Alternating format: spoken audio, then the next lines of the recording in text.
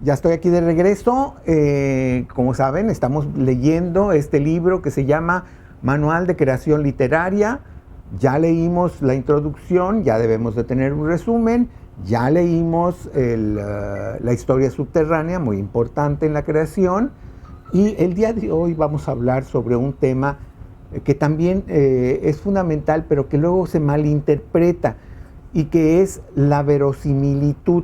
Este es el segundo capítulo, si nada más tomamos en cuenta los temas, o el tercero de lo que llevamos, es decir, introducción, historia subterránea y la verosimilitud. De hecho, este es el único que vamos a tratar esta semana, porque es particularmente extenso. Es particularmente extenso porque el autor, Óscar de la Borbolla, cita por completo los cuentos y nos da una idea cabal de lo que quiere él más o menos explicar sobre lo que es la verosimilitud.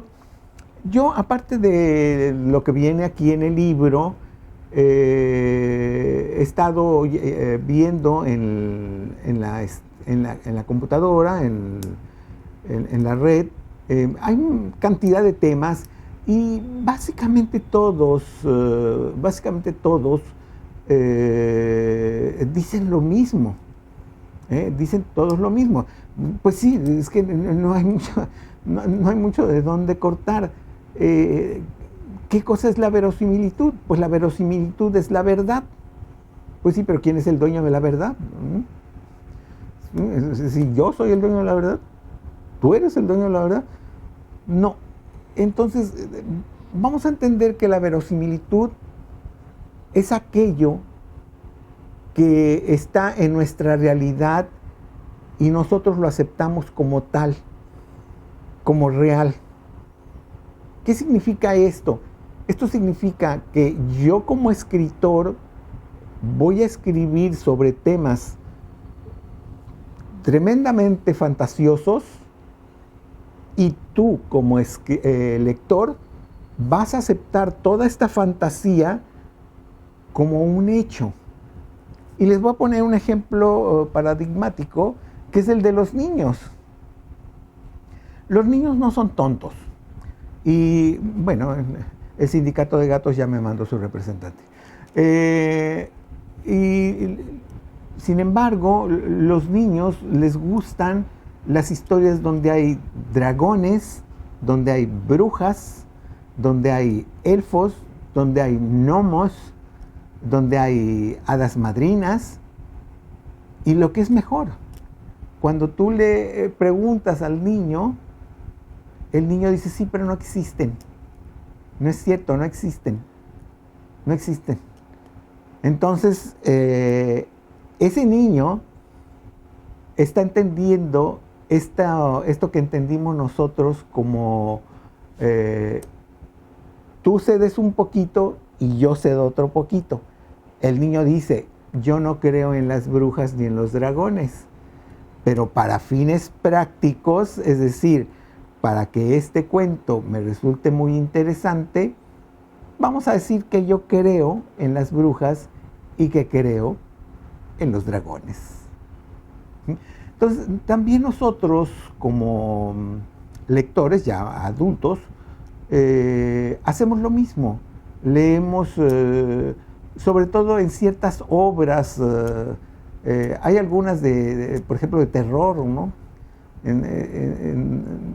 Donde decía, ¿quién decía esto?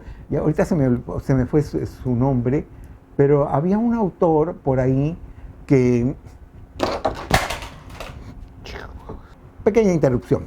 Estaba yo hablando sobre la verosimilitud y hasta dónde aceptamos este hecho de la verosimilitud y de cómo los escritores, por ejemplo los de terror, manejan sus escenografías, manejan sus intrigas, sus atmósferas, y les iba a decir, porque no me acuerdo cuál era el nombre del escritor, que decía, es que en el siglo XX, cuando se inventó ya el foco, se acabó el terror, ¿sí? Porque si ustedes se fijan bien, muchas de las películas y muchas de las historias de terror, vemos a personajes que están muertos de miedo y dices tú, oye, ahí tienes un bate, ¿por qué no agarras el bate y le das en la cabeza a eso que te está amenazando? Y no lo hacen, no lo hacen. O sea, una serie de cosas que no... A mí me gustaban más aquellas historias donde atraías al vampiro hacia el sol y se achicharraba. Y ahora se han vuelto muy, muy sofisticadas, ¿no? Inclusive ya hasta los vampiros ya el sol no les hace nada porque se embarran no sé qué cosa. Entonces, pero noten cómo esto de que me voy a embarrar esto y ya el sol no me va a hacer nada, estoy hablando como si fuera el vampiro, le damos una barnizada de verosimilitud. Volvemos a lo mismo, la verosimilitud existe porque yo, lector, permito que tú me cuentes ciertas cosas que sé que no son posibles, que no son factibles, pero que las acepto en aras de que me des un buen texto literario. Es decir, que me cuentes una historia no lineal, sino una historia que tenga una historia subterránea, pero que también esa verosimilitud esté ahí presente. Aquí en este capítulo de la verosimilitud, Óscar de la Borbolla cita a un escritor francés, yo supongo, que escribió un cuento de un hombre que podía atravesar las paredes. Cualquiera de nosotros sabe que eso es imposible, que no se pueden atravesar las paredes. Sin embargo, aquí damos por hecho porque este personaje, que es un burócrata, es un personaje mediano, por no decir mediocre, un día descubre que puede atravesar las paredes, y lo descubre porque creo que hay un apagón en su casa o no tiene luz, y de repente se encuentra que está fuera de la casa y él no recuerda que nunca abrió la puerta para salir. Entonces dice, no puede ser que yo pueda atravesar las paredes. Y entonces, por supuesto, toma la mano y la mete y se da cuenta que sí puede atravesar las paredes. Bueno, el mal escritor inmediatamente empezaría a contar la historia sobre que puedes asomarte y entrar en las vidas de otros. Este buen escritor manda al personaje a ver al médico. Y el médico lo revisa, el médico que es como nosotros, que acepta esta nueva realidad, la realidad del cuento, y revisa al personaje y le da unas pastillas. Y le dice, te tomas una hoy y la otra, son 2 pastillas, te la tomas dentro de 6 meses. Bueno, nuestro personaje toma las pastillas, se las lleva a su casa, se toma la primera pastilla y la otra la avienta ahí en un cajón, ¿no? Sin darle mayor importancia. Sigue él en su trabajo, él es una persona metódica, no tiene grandes ambiciones, sigue haciendo su trabajo normal, hasta que un día en su oficina cambian al que era su jefe, y mientras que el otro jefe realmente le disculpaba todo, no le exigía mucho, este otro trae nuevas ideas y exige otra forma de hacer las cosas. Desde luego nuestro personaje pues no se acomoda, se incomoda, inclusive este jefe lo avergüenza, lo humilla delante de todos de más en la oficina, inclusive le quitan su oficina y lo mandan a otra oficina que está pegada a la oficina del jefe, pero que es una como pues un cubículo chiquito ahí donde está nuestro autor, y él lo acepta. Está enojado, pero lo acepta con cierta resignación. Y aunque está resignado, un día después de todo esto, se le ocurre atravesar la pared que divide su cubículo con la oficina del jefe y se enseña la cabeza al jefe, yo no sé qué, habrá hecho una mueca o algo así, y retrae la cabeza y sigue con su trabajo. El jefe, desde luego, cae en unos nervios, en un estado de nerviosismo increíble, porque él no está en la otra realidad de él. Y entonces, ¿cómo es que toca la pared? Pues la pared está dura, no puede ser. Y entonces lo vuelve a hacer nuestro personaje, hasta que vuelve prácticamente loco al jefe del personal. Y ese jefe del personal es sustituido por otro que tenía más o menos las mismas ideas que el anterior. Y nuestro personaje, pues, queda contento, ¿sí? Y continúa con su vida. Recuerden que este es un personaje, el personaje de que puede atravesar paredes, es un personaje mediocre, no tiene pues sí, ambiciones, ¿verdad? Voy a ser el presidente de la República, o voy a ser el dueño de la televisora, o qué sé yo, ¿no? Entonces, continúa el tiempo hasta que un día empieza a hacer, ¿cómo se aburre? Hacer pequeñas travesuras, por decirlo de alguna manera, y entra creo que a un banco o a algún lugar así, y se lleva dinero. Y la gente no sabe cómo es que se roba el dinero. ¿Quién se robó el dinero? Todo está cerrado, hay guardias, hay alarmas. Y claro, pues entra porque puede entrar por todos los muros. Los muros para él no existen. Y llega un momento en que tiene su casa llena de dinero. Y claro, es un personaje que sale en toda la prensa. No saben quién es, nada más hablan de, no sé, el personaje X. Ahí le ponen un nombre, espero que lean ustedes el cuento. Y un día llega a la oficina y descubre que todo el mundo está hablando de ese personaje, que es él, y se siente muy satisfecho, y simplemente sin sentido de todo lo que va a desatar, les dice, pues ese personaje soy yo. Y claro, en la oficina, como lo conocían, como lo que llamamos nosotros aquí un Gutierritos, todo el mundo se ríe de él, y entonces, como se ríen de él, entonces él sí empieza a hacer ya cosas que son que él no esperaba hacer, hasta que en un momento dado lo atrapan. De hecho, él quiere que lo atrapen. ¿Por qué? Para que se den cuenta de que él era el que estaba robando el dinero del banco.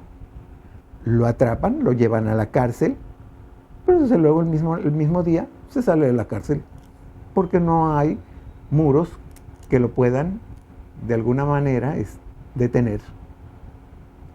Desde ese instante su vida se vuelve distinta, porque entonces ahora sí, los que se burlaban de él ya lo reconocen, y yo no sé si sentirían una admiración o qué, o envidia, pero voy a cortar un poquito el cuento para no hacerlo muy largo. El hecho es que continúa así la vida. Ya uno dice, bueno, es que tiene que tener aquí una consecuencia, pues no, ¿verdad? Pues ya saben que él es el que lo van a meter a la cárcel y se va a salir a la noche, se va a salir a la cárcel y se va a la noche, ¿no? hasta que un día conoce a una mujer, a una rubia, guapa, que se le ve que sufre, y se entera él que sufre porque tiene un esposo que la golpea, y por las noches sale de su trabajo, sale de su casa a divertirse, mientras la otra tiene que estar ahí en la casa cuidándole la casa propiamente. Entonces nuestro personaje mediano, su apellido es Dutuluy, algo así, está en francés, inicia un romance con esta mujer. Y se ven, desde luego, en las noches, hasta que un día, por una razón no explicada, que tampoco nos importa mucho, el esposo regresa temprano. Normalmente se iba todas las noches de juerga y regresaba muy tarde. Pero esa noche en particular regresa a muy temprana hora. Para esto, ya tanto ir y venir y tanta fama ya habían molestado un poquito a nuestro personaje mediocre, y va y busca una aspirina y encuentra por ahí un frasco y se toma una cápsula. Y esa misma noche resulta que el esposo de la señora regresa más temprano. Ellos lo oyen, ellos, es la señora y él, lo oyen, y él trata de huir. Y digo trata de huir porque él sabe que puede atravesar el muro y se va a ir. Pero aquí sucede algo. Al meter la mano o al meter parte del cuerpo, se da cuenta que hay resistencia. Es decir, que no es como siempre, que mete la mano y entra. Sino que, y entonces hace todo el esfuerzo del mundo por entrar y atravesar el muro, entra hasta el muro y hasta ahí se queda, dentro del muro. Y entonces recuerda que del frasquito aquel que había tomado, que él creía que era una aspirina, era la otra cápsula que le había dado el médico para curarse de este mal, que era, o de este bien, que era el poder atravesar los muros. Ven cómo aquí hay una historia que ya empezó por allá. Tómate estas pastillas, aquí las tienes. Una te la tomas ahorita y dentro de 6 meses te tomas la otra y te curas. Se toma una y se olvida. Empieza a pasar toda la otra historia, la que está acá arriba, que entra al banco, que conoce a la otra señora, que se enoja con aquel, que se burla de aquel otro. Y cuando él quiere huir, entonces se queda atrapado en el muro. Entonces, bueno, esta es una historia genial, ¿no? Ahí viene, desde luego, mucho mejor contada, porque está escrita por su autor. Viene aquí en el capítulo de verosimilitud. Pero noten cómo todo lo que acabamos de contar en realidad no puede existir. Todos sabemos que no puedes atravesar un muro, no lo puedes, ¿sí? Entonces, aquí hay yo bajo la guardia de mi credibilidad para que tú, escritor, me cuentes esta historia fantástica, y te la creo porque me parece divertida e interesante. Ahorita que hablé sobre este cuento del hombre que atravesaba los muros, me acordé de otra historia, pero que tiene otro tipo de desarrollo, que es el de la emparedada. La emparedada. Resulta que esta historia, no crean que se la voy a contar completa, es de don Vicente Riva Palacio, mexicano. Se llama así la emparedada. Como emparedado, como sándwich, emparedado. Resulta que una vez estaban construyendo una casa y estaba un muro, lo querían tirar, y al tirar el muro encuentran que está una mujer momificada totalmente, sentada y amarrada en una silla. Y de ahí se desata toda la historia de por qué esa mujer estaba ahí emparedada. Nada más que esto fue distinto, ¿verdad? En la época virreinal colonial, era muy usual que las casas tuvieran dobles fondos. Es decir, por ejemplo, por decir algo, así que aquí atrás de mí hay una pared, pero esa no era la verdadera pared. 1 o 2 metros más atrás había otra pared, que esa sí era la verdadera pared. ¿Por qué hacían esto? Porque todavía era una época muy insegura y de alguna manera por ahí había una puerta falsa donde entraba toda la familia y se protegía ahí dentro de esa habitación oculta.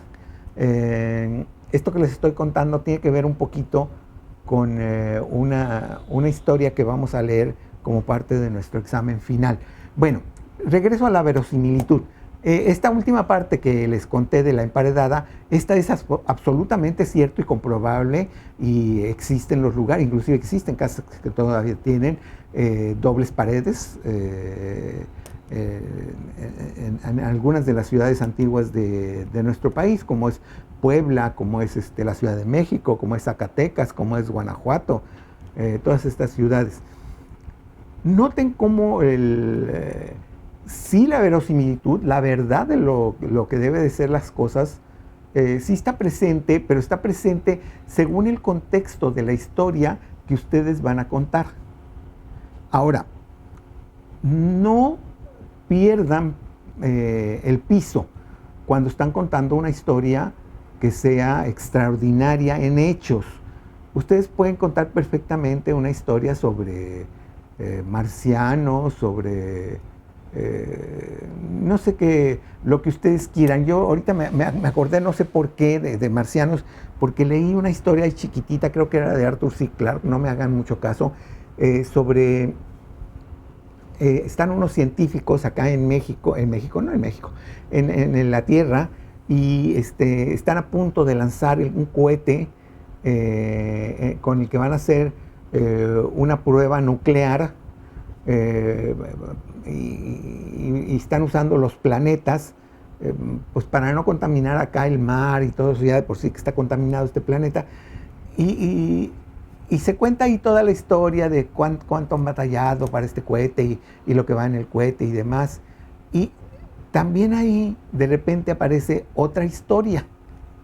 Y es una pareja, es un matrimonio, hombre-mujer, que están platicando mientras ven el planeta Tierra en el firmamento, en el horizonte. Es decir, es un planeta cercano a la Tierra, pero a su vez lejos, y platicando ellos dicen, ojalá que algún día tengamos algún contacto con esas personas, si es que existen, si existe vida allí en ese planeta. Evidentemente, estos de acá tenían una vida mucho más rudimentaria que la de nosotros allá en el planeta Tierra.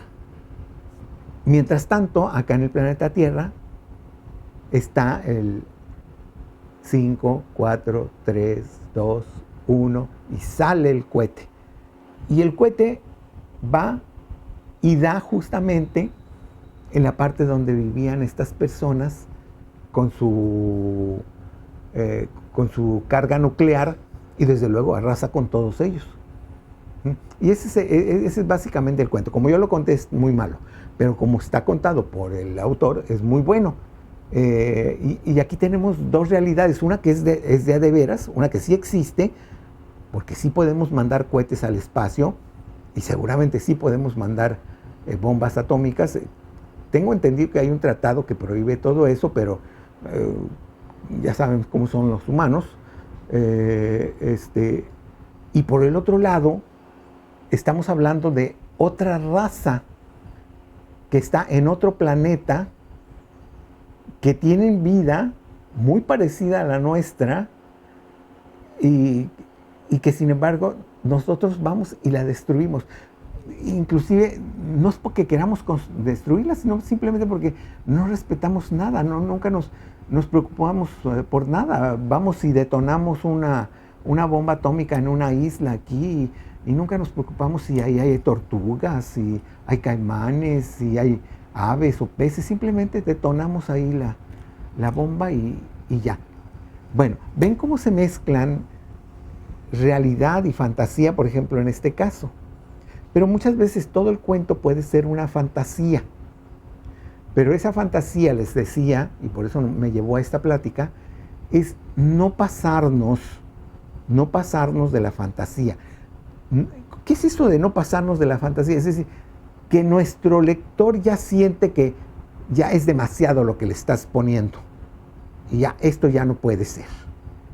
No, o sea, cuando escribas algo que no va a ser la realidad, la verosimilitud, la verdad, que esa verdad, tu verdad, la verdad del cuento, la verdad del texto, sea una verdad accesible a tu escritor, a tu lector, perdón, y que él la pueda entender y aceptar, pero no una verdad que se vaya tan allá que ya no el lector mismo diga, no, esto no, ya esto está demasiado. Bueno, como ven, este tema de la verosimilitud es muy interesante y realmente no hay una receta más que mantener esa verdad. Inclusive me recuerdo que el capítulo de verosimilitud termina con donde el autor dice, no con mi verdad, sino con la verdad que está ahí.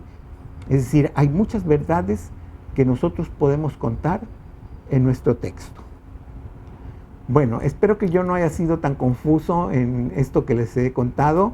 Lean, por favor, este capítulo de verosimilitud. Vienen, no recuerdo si 1 o 2 cuentos más, muy interesantes, para que entiendan muy bien cuál es esto. Porque de alguna manera, en el cuento del hombre que podía atravesar la pared, pues las oficinas existen, los burócratas existen, los médicos existen, los romances existen, las cárceles existen, los bancos existen, todo eso existe, y sin embargo en ese ambiente de realidad está sucediendo un hecho que francamente es irreal, pero yo como lector lo acepto porque me parece una historia interesante. Espero que me hayan entendido un poquito. No olviden hacer su resumen de este texto. Ya debemos de tener introducción, la historia subterránea y verosimilitud. La próxima semana vamos a ver un texto, un capítulo muy interesante que es sobre las voces narrativas o los personajes que aparecen en nuestros textos, que los vamos a desglosar de alguna manera más técnicamente. Por hoy ha sido todo. Mucho gusto en haberlos visto. Hasta luego.